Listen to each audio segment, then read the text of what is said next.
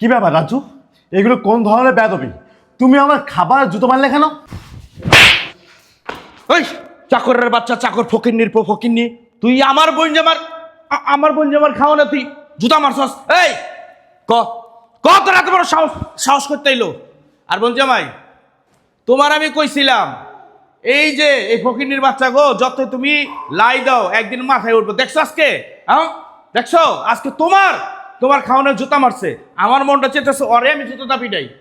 ভাইজান দাঁড়ান, আপনি একটু শান্ত হন, বিষয়টা আমি দেখতেছি। রাজু, আমি তো ঠিক বুঝলাম না, তুমি আমার খাবারে কেন জুতো মারলে? তুমি বিষয়টা আমাকে বলো তো। স্যার, আমি এত কিছু কইতারম না, কিন্তু আপনি এই খাবারটা খায়েন না স্যার। এই, একটা তুই মন্দিরা বেটা, তুই কবি কি আমার বই নাকি খারাপ খাবার দিছে? একটা থাপ্পড় দেয় কিন্তু দাঁত ফেলে কিন্তু তোর বেটা। আরে ভাই দাঁড়ান না, বিষয়টা আমি দেখতেছি। রাজু, কি হয়েছে আমাকে একটু খুলে বলো, কেন তুমি আমার খাবারে জুতো মারলে? বুঝলাম না, তুমি বারবার ওকে এত প্রশ্ন কেন করতেছো? দেখলে না ও একটা অন্যায় করছে, তুমি ওকে শাসন না করে ওরে ভালোভাবে বলতেছো। আরে সে বিষয়টা আমি দেখতেছি, কিন্তু আমি তো রাজুকে খুব ভালো জানতাম। কিন্তু রাজু, কি হয়েছে আমাকে বলো, আমি ঠিক বুঝতেছি না কি কাহিনী কি? তুমি আমার খাবার কেন জুতো মারলে তুমি? স্যার, আমি এত কিছু বলতাম না, আমি তো আপনার একবার কইছি আপনি এই খাবারটা খায়েন না। এই খাবারের ভিতরে কোনো একটা রহস্য আছে। এই, কি রহস্য? কিসের রহস্য? ভাই দাঁড়ান, বিষয়টা আমি দেখতেছি। আচ্ছা রাজু, তুমি তো আমাদের বাসাতে অনেকদিন যাবত কাজ করতেছো, আমি তো এই পর্যন্ত কোনোদিন দেখলাম না তুমি আমার সাথে বেয়াদবি করছো। আমি দেখেছি তুমি আমার সাথে সবসময় ভালো ব্যবহার করেছো, তোমার ম্যাডামের সাথে ভালো ব্যবহার করেছো, কিন্তু আজকে হুট করে তুমি আমার খাবার জুতা মারলে। আমি বিষয়টা আসলে অবাক হয়ে যাচ্ছি, কারণ আমি কখনো আশা করতে পারি নাই যে আমার বাসার কাজের ছেলে এই ধরনের কাজটা করতে পারবে। রাজু, কি হচ্ছে ভাই, তুমি আমাকে বলো না। দেখেন স্যার, আপনি আমার যে প্রশ্ন করছেন এই প্রশ্নের উত্তর আমার কাছে নাই, কিন্তু আমি একটা কথাই বলবো স্যার, আমি যে এই খাবারটার ভিতরে জুতা মারছি, আপনি এই খাবারটা খাবেন না স্যার।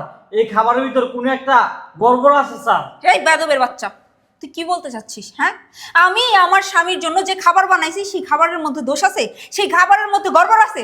বাবু, সব হয়েছে তোমার জন্য। তুমি ওরে লয় দিয়ে দিয়ে মাথায় তুলে ফেলছো, দেখছো আজকে কি করলো? আর 2 দিন পরে দেখবা তোমার মাথায় উঠে নাচতেছে, তোমার মাথা থেকে কাঁঠাল ভেঙে খাবে আর তুমি টেরও পাইবা না। আমি কোনো কিছু বুঝতেছি না। আচ্ছা ঠিক আছে, আমার একটু বিশ্রামের প্রয়োজন আছে, আমি রুমে যাচ্ছি। আমি এখন আর কথা বলতে পারতেছি না, আমার মাথা পর্দা না মনে হচ্ছে আমার মাথা পর্দায় একটা তুফান যাচ্ছে, আমি কোনো কিছু বুঝতেও পারতেছি না।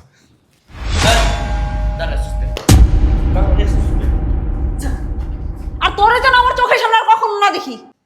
ফকিন্নির বলা, চাকরের বাচ্চা চাকর, কত বড় সাহস আমার বোন জামার খাওয়ালে জুতা মারে। হন তোর সাপ সাপ কইতাছি, এই চাকরের বাচ্চা রে কালকের ভিতরে না পারলে আজকের ভিতরে বিদায় করে দিবি, বুঝছস? ওর তো একটা ব্যবস্থা করতেই হবে, বেশি পাখনা গজায় গেছে। ওর পাখনাটা যদি আমি না কাইটা দিছি তাহলে আমার নামও নেহানা। ও রাজু, তুই এখানে? আমি তো ওকে সারা বাড়ি তন্ন তন্ন করে খুঁজতেছি, কিন্তু তোকে পাচ্ছি না। আচ্ছা রাজু, তোর সাথে আমার কিছু ইম্পর্টেন্ট কথা আছে। কি কথা স্যার? আচ্ছা রাজু, তোরে কোনোদিন দেখলাম না তুই আমার সাথে বেয়াদবি করছস। আমি তোকে রাস্তা থেকে উঠে এনে সুন্দর একটা পরিবেশ দিয়েছি, ভালো একটা জায়গায় এনেছি। তুই আমার বাসায় কাজ করিস ঠিক আছে, কিন্তু আমি তোকে সবসময় নিজের ভাইয়ের মতন দেখি। কিন্তু বাবু, তুই আমার খাবারের জুতো মারলি কেন? বিষয়টা তো ভাই আমাকে বলতো, আমার তো আমার ভিতরে কী যেন হচ্ছে আসলে। কেন কেন আমার ছোটো ভাই, আমি যাকে ছোটো ভাইয়ের মতন দেখি, সে আমার খাবারের জুতো কেন মারলো? কী হয়েছে আমাকে বলতো। হ স্যার, আমি আজকে সব কিছু আপনার খুলা কমু। স্যার, আপনি যখন সকালবেলা ওয়াশরুমে গেছিলেন না, হ্যাঁ। এই সুযোগে ম্যাডাম আর ম্যাডামের ভাই আপনার ওই খাবারের ভিতর চাইবে স্যার। হ্যাঁ, কি বলিস তুই? তোর মাথা কি নষ্ট হয়ে গেছে? তুই কার বিষয়ে কি কথা বলতেছিস? আমি তো কখনো তো দেখলাম না তোর ম্যাডামের ভিতরে এরকম কোনো জিনিস।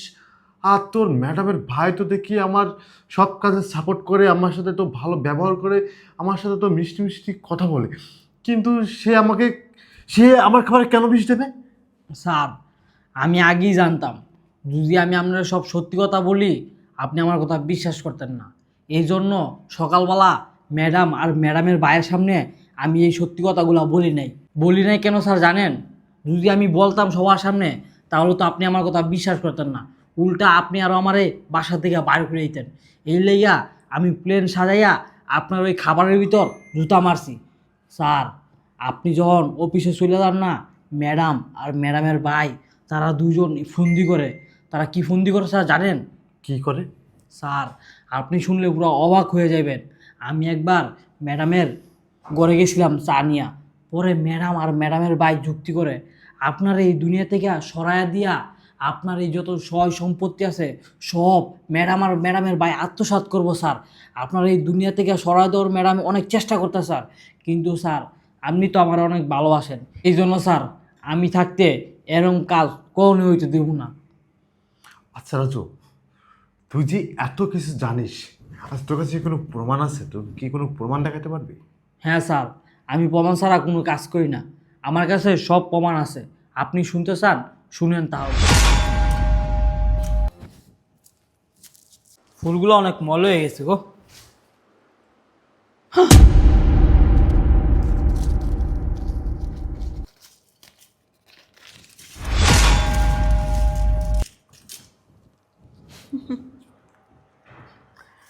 এইবার তুমি এই মুড়ি খাবে আর এই দুনিয়ার থেকে সুযোগ বিদায় হয়ে যাবে, আর তোমার এই সব বিষয় সম্পত্তি ভোগ করব আমি আর আমার ভাই। এবার তোমাকে কে বাঁচাবে চান্দু? এইবার তো তোমার মরতেই হবে। হ্যাঁ, কি ব্যাপার ম্যাডাম, এই খাবারের ভিতর কি মিশাইলো? আবার কি জানি বিড়বিড় করে মুখে বলল যে এই দুনিয়া থেকে কাকে সরাই দিবে। ওমা, এ তো দেখি স্যারের দিকে খাবার নিয়ে যাচ্ছে। না না, যেইভাবে হোক আমাকে স্যারকে আটকাতে হবে। স্যারকে কোনোভাবেই এই খাওয়ান খেতে দেওয়া যাবে না। শুনলেন তো স্যার সব কিছু, এবার আমার কথা বিশ্বাস হলো আপনার?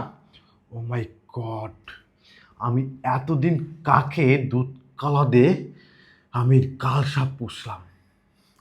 আচ্ছা, আমি এতদিন কাকে নিয়ে সংসার করলাম, আর আমি কাকে আমার বাসায় জায়গা দিলাম। আমি কখনো ভাবতে পারি নাই আমি উপকার করতে যেয়ে আমি নিজেই ফেসে গেলাম। আমি যদি আগে জানতাম যে উপকার করতে যেয়ে সেই জীবনের মায়ার ত্যাগ করে আমার চলে যেতে হবে, তাহলে আমি কখনো এই ধরনের মানুষদেরকে না আমি আমার বাসার জায়গা দিতাম না। আচ্ছা রাজু, তুই তোমার ছোটো ভাই, আচ্ছা আমি এখন কি করতে পারি? আমার একটু বুদ্ধি দে তো। স্যার আমার কাছে একটা বুদ্ধি আছে। স্যার ম্যাডাম আর ম্যাডামের ভাই যে প্ল্যানটা সাজাইছে আমার জন্য তো এই প্ল্যানটা ফেসতে গেছে। স্যার তারা নিশ্চয়ই তাদের রুমের ভিতর অন্য কোনো প্ল্যান সাজাই আছে আপনারে মারার জন্য। স্যার এই জন্য আমি বলি কি, আপনি এখনো সময় না কাটায়া ম্যাডামের ভাইয়ের রুমের সামনে স্যার আপনি এখনই যান, তাহলে আপনি সব শুনতে পারবেন। আচ্ছা ঠিক আছে, আমি সেটাই করতেছি। আর ওদের কত বড় সাহস আমার খেয়ে আমার বাসায় থেকে আমার অন্ন ধ্বংস করে আমাকে মেরে ফেলা প্ল্যান করে, আর আমার এত কষ্টের টাকা পয়সা বাড়ি গাড়ি তাদের নিজের নামে করে আমাকে মেরে ফেলাই দিবে। এটা আমিও কখনো হতে দিব না। এর কি করা লাগে সেটা আমি করতেছি। ও তো গু দেখেছে কিন্তু ভাত দেখিনি, আমি আজ করে ভাত দেখাই দিব যে আসলে গুগুর ভাত কত প্রকার। আজকে ম্যাডাম আর ম্যাডামের ভাইয়ের খবর আছে। স্যার যেভাবে চেয়েছে স্যার আজকে ওদেরকে দইরা একদম শেষ করে দিব। ভালো হয়েছে, আমিও জায়গায় আনতে না। তুই কোনো একটা কাজ ঠিক মতো করতে পারিস না, আজকে একটুর জন্য বেঁচে গেল। আরে আসতে বলো না, যদি কেউ শুনতে পায় তাহলে সমস্যা হয়ে যাব। আর আমি কি জানি না কি আমার প্ল্যান ফেল হয়ে যাবে এইভাবে? আমি তো সুন্দরভাবে প্ল্যানটা করছিলাম। আর দেখছো আমি মুড়িটা সুন্দরভাবে মাখাইছি, সব কিছু অলরেডি ওকে। আর তার মধ্যে কোথা থেকে ওই কাজের লোকের বাচ্চাটা এসে আমার সব প্ল্যানের মধ্যে পানি ঢেলে দিল। আমি কি বুঝতে পারছি একবারও যে ও এসে এরকম করবে? আর ওই ছোট লোকের বাচ্চারে আমার তো মন চাইতেছে এখন জুতোটা বাইরে বাড়িতে বাইর করে দেখ হন তুই না যেখানে আমার বন্দির কাজ করতে আর কিছু কইতাছি না এই যে আমার এত দিনের প্ল্যান পই পই কইরা এই যে বছরের পর বছর আমি প্ল্যান করতেছি যে যত সম্পত্তি আছে বাবুর যত সম্পত্তি আছে সব আমরা দুই ভাই বোনে খামু প্রয়োজনে বিদেশ যাবো গা আমি খুঁজা পাইব ভাইয়া তুমি যে কথাবার্তা বলো না, প্ল্যান মনে হয় তোমার একার। আমি কোনো প্ল্যান করি নাই, আমি কোনো কষ্ট করি নাই।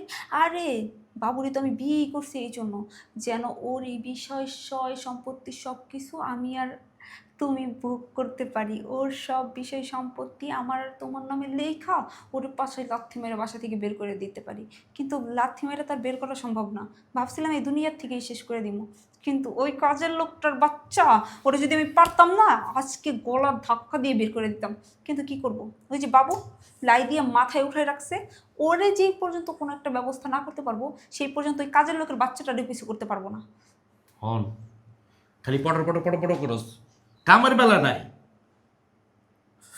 শোন এখন তুই যে আমরা যে এত প্ল্যান করছি আমার ফকিনের বলায় কাজের বলায় কিছু জানে নাকি ভাইয়া তুমি যে কি বলো না, ওই ফকিন্নির বাচ্চা কোথা থেকে জানবে?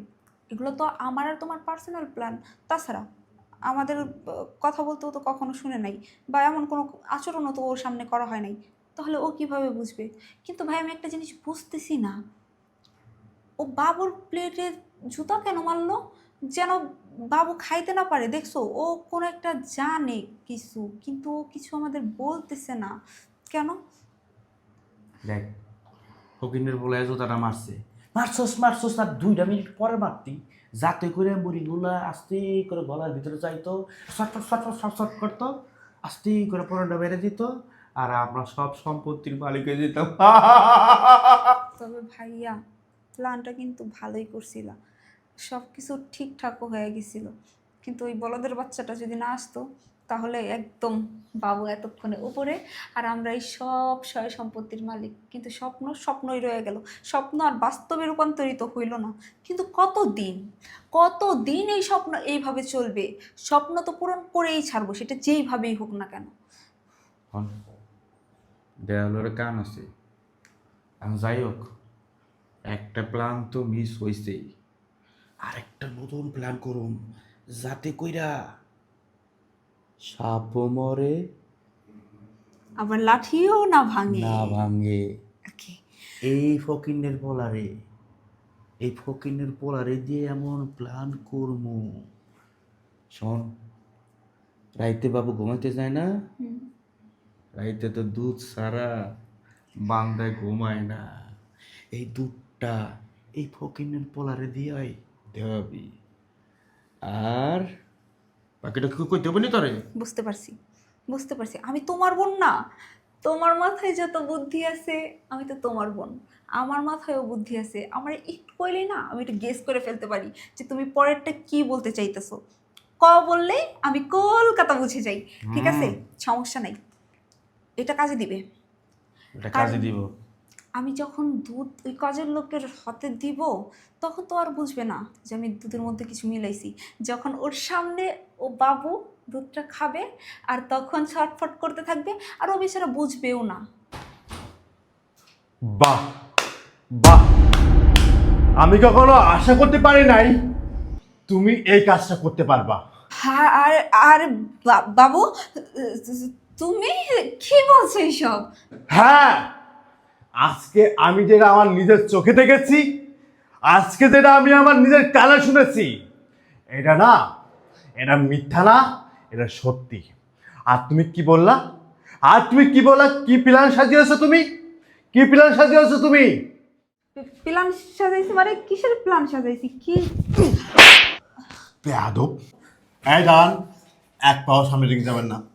আপনার সাথে না আমার অনেক হিসাব আছে, আপনার সাথেও আমি হিসাবগুলো মেলাবো। এই তোর কত বড় সাহস রে!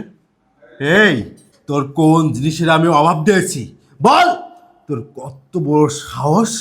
হ্যাঁ, তুই তোর ভাইকে নিয়ে আমাকে মেরে ফেলার প্ল্যান করিস? ছি, আমি এটা কখনো আশা করতে পারি না তোর কাছ থেকে। যাকে আমি আমার জীবনে ছাড়া বেশি ভালোবাসলাম, যাকে আমি রাজরানীর মতন রাখলাম আমার জায়গায়, আর সে নাকি তলে তলে আমাকে মেরে ফেলার প্ল্যান করে। এই কিসের জন্য মেরে ফেলার প্ল্যান করিস তুই? এই অর্থ সম্পদ, বাড়ি গাড়ি, এই জন্যই, এই লোভে? আরে এই অর্থ সম্পদ, বাড়ি গাড়ি তো আমার মানে তো তোর, তাই না? এটা না যে তোকে রেখে আমি অন্য কোনো মেয়ের কাছে আমি রাত কাটাই, এটা না যে আমি এই অর্থ সম্পদ, বাড়ি গাড়ি বিক্রি করে অন্য কোনো জায়গায় দিয়ে আসতেছি। এই আমার অবর্তনে সব জিনিসের তো তুই মালিক হবি, তাই না?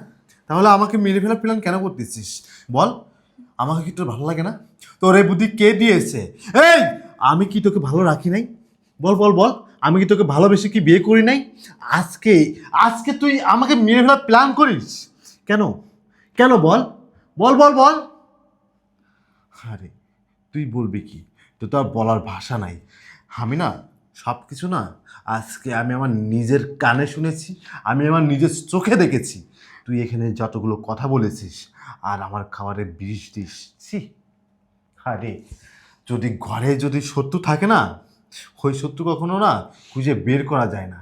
আর আমিও না কখনো ভাবতে পারি নাই যে আমার খাবারে বিষ দেবে আমার স্ত্রী, যার হাতে খাবার খেয়ে আমি রাতে ঘুমাই, যার হাতে খাবার খেয়ে আমি সকালে অফিসে যাই, আর সেই স্ত্রী আমার খাবারে বিষ দিতে চাই আমাকে মেরে ফেলার জন্য।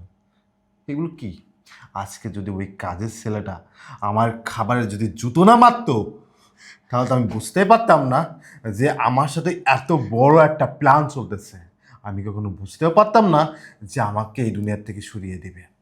চিন্তা এগুলো কেন বলো? আমি যদি আজকে মারা যেতাম তাহলে তুমি কি করতে? এই অর্থ সম্পদ, বাড়ি গাড়ি কি তোমার নামে নিতে পারতে বলো?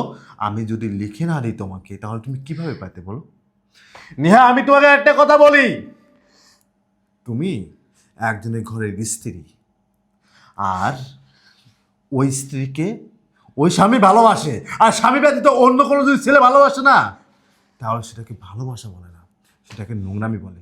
তুমি কি অন্য কোনো ছেলেকে ভালোবাসো, নাকি তুমি অন্য কারোর কথা শুনে তুমি এই প্ল্যানটা করেছো? তুমি আমাকে বোঝাও। বাবু, বিশ্বাস করো, এতে না আমার কোনো দোষ নাই। আমি যা করছি আমার ভাইয়ের বুদ্ধিতে করছি। আসলে আমার ভাই এই মাসে আসার পরেই আমার কানে কান পড়া দিছে, সবসময় বলছে যে তুই এই বাবুর পিছনে পড়ে রয়েছিস কিসের জন্য, তোর এখনো সুন্দর ভবিষ্যৎ আছে, তুই এক কাজ কর, তুই বাবুকে মেরে ফেল, মেরে ফেলার পরে এই বিষয় সম্পত্তি, বাবুর বাড়ি গাড়ি সব কিছুর মালিক হবো আমি আর তুই। আমি যা করছি আমার ভাইয়ের কথা শুনে করছি, প্লিজ তুমি ওকে মাফ করে দাও। বিশেষ করে এখানে আমার কোনো দোষ নাই। দোষ নাই মানে? তুমি তোমার ভাইয়ের কথা শুনে এত বড় একটা ডিসিশন তুমি কিভাবে পারলে নিতে? তোমার কি একটু বোঝা উচিত ছিল না? তোমার মনে কি একটু আঘাত দিল না যে আমি কাকে মেরে ফেলার প্ল্যান করতেছি? যে আমাকে সুখে রাখছে, যে আমাকে ভালো রাখছে, যে আমাকে আমার চাওয়া পাওয়া সব কিছু পূরণ করেছে আমার চাওয়ার আগে, সেই মানুষটাকে আমি দুনিয়ার থেকে সরিয়ে দিব শুধুমাত্র এই অর্থ সম্পদের জন্য? এই এই অর্থ সম্পদ কি সব কিছুই কি এত মূল্যবান তোমার কাছে আমার ছাড়া? এই তুমি তোমাকে বলতে পারতে যে আমার এই বাড়ি লাগবে, তোমার গাড়ি লাগবে, তোমার ফ্যাক্টরি লাগবে, তুমি তোমাকে বলতে পারতে। আমি তোমার নামে না, আমি তোমার নামে সব কিছু লিখে দিতাম, তোমার নামে সব কিছু স্ট্যাম্প করে দিতাম। হ্যাঁ, তুমি তো একবার বলতে পারতে, কারণ আমি তোমাকে ভালোবাসি। এই আমি না তোমাকে ভালোবেসে বিয়ে করেছিলাম, আমি তোমাকে ভালোবেসে বিয়ে করেছিলাম, আর আজকে তুমি এই প্রতিদান তুমি আমাকে দিলে। আরে বদমাইশ, আমি কখনো ভাবতে পারি নাই যে তুই, হ্যাঁ তোকে তুই বলবো, তুই আমার বয়সে বড় হতে পারিস, কিন্তু তুই একটা বেদব। তোর কত বড় সাহস যে ছোট বোনের বাসায় এসে ছোট বোনকে তুই বাজে বাজে প্ল্যান করিস, বাজে বুদ্ধি দিস। আমি তো এটা কখনো আশা করতে পারি নাই। আমি তো আমার নিজের বড় ভাইয়ের মতো তোমাকে সবসময় দেখেছি, আর তুমি তলে তলে বোনকে নিয়ে প্ল্যান করার, বোনের মাথায় বুদ্ধি ঢোকাও যে তাকে মেরে ফেলে এই অর্থ সম্পদ, বাড়ি গাড়ির মালিক তোমরা দুজন হবে। ছি ছি ছি ভাই, আমি এটা কখনো ভাবতে পারি নাই যে আপন ভাই হয়ে এই কাজটা আপনি করতে পারলেন। ছি ভাই ছি, আমি কখনো আশা করতে পারি না। যাই হোক, আপনার মতন আপনার মতন হারামিকে আমার বাসার ত্রিসীমানা আমি দেখতে চাই না। এতদিন আমি আমার বাসায় রেখেছি, আমার তা খাওয়াইছি, আমি সব টাকা পয়সা খরচ বহন করেছি। আমার বাসায় রাজার মতন থাকছেন, খাইছেন, আর এই কাজগুলো করেছেন। ছি ছি, আপনার বোনকে আপনি বুদ্ধি দেন যে আমাকে মেরে ফেলুক। এই বেয়াদব ফোনটা চাচ্ছে তোকে, কিন্তু না আমি এটা করতে পারতেছি না। কারণ কি জানেন? কারণ এই এলাকাতে না আমার একটা ইজ্জত সম্মান আছে। আমার এই এলাকাতে মানুষ আমাকে সম্মান দেয়। হ্যাঁ, এলাকার মানুষ আমাকে সম্মান দেয়। এই সম্মানটা রেখে আমি কিছু বললাম না, আমি এক্ষুনি পুলিশ ডেকে তোকে জেলের ভাত খাইয়ে দিতাম। বল ভাই, বেরো আমার বাসা থেকে। আর হ্যাঁ, তোমাকে বলতেছি, তুমি যে কাজটা করছো না, এটা তুমি অন্যায় করো না, এটা তুমি অপরাধ করছো। তুমি না ক্ষমা পাওয়ার যোগ্য না। যে নারী তার স্বামীকে অন্যের মানুষের কথা শুনে মেরে ফেলার প্ল্যান করে, তাকে নিয়ে সংসার প্রশ্নই আসে না। আমার সামনে থেকে এখনই বেরো যা। বাবু প্লিজ। প্লিজ, তোকে আমি মাফ করবো? এই তো বলো, কাল লাগিনকে আমি মাফ করবো? যে নারী অন্যের পুরুষের কথা শুনে, অন্যের একটা মানুষের কথা শুনে তার স্বামীকে মেরে ফেলার প্ল্যান করে, তাকে আমি মাফ করবো? বেরো! তোর কত বড় সাহস! আমি এটা কখনো আশা করতে পারি নাই। আমি আমার স্ত্রীকে কত বেশি ভালোবাসতাম।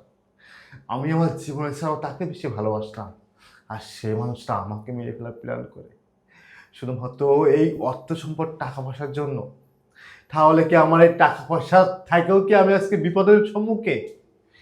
হাই রে হাই, মৃত্যুর পরে কি এই টাকা পয়সাকে কবরে নিয়ে যেতে পারবো?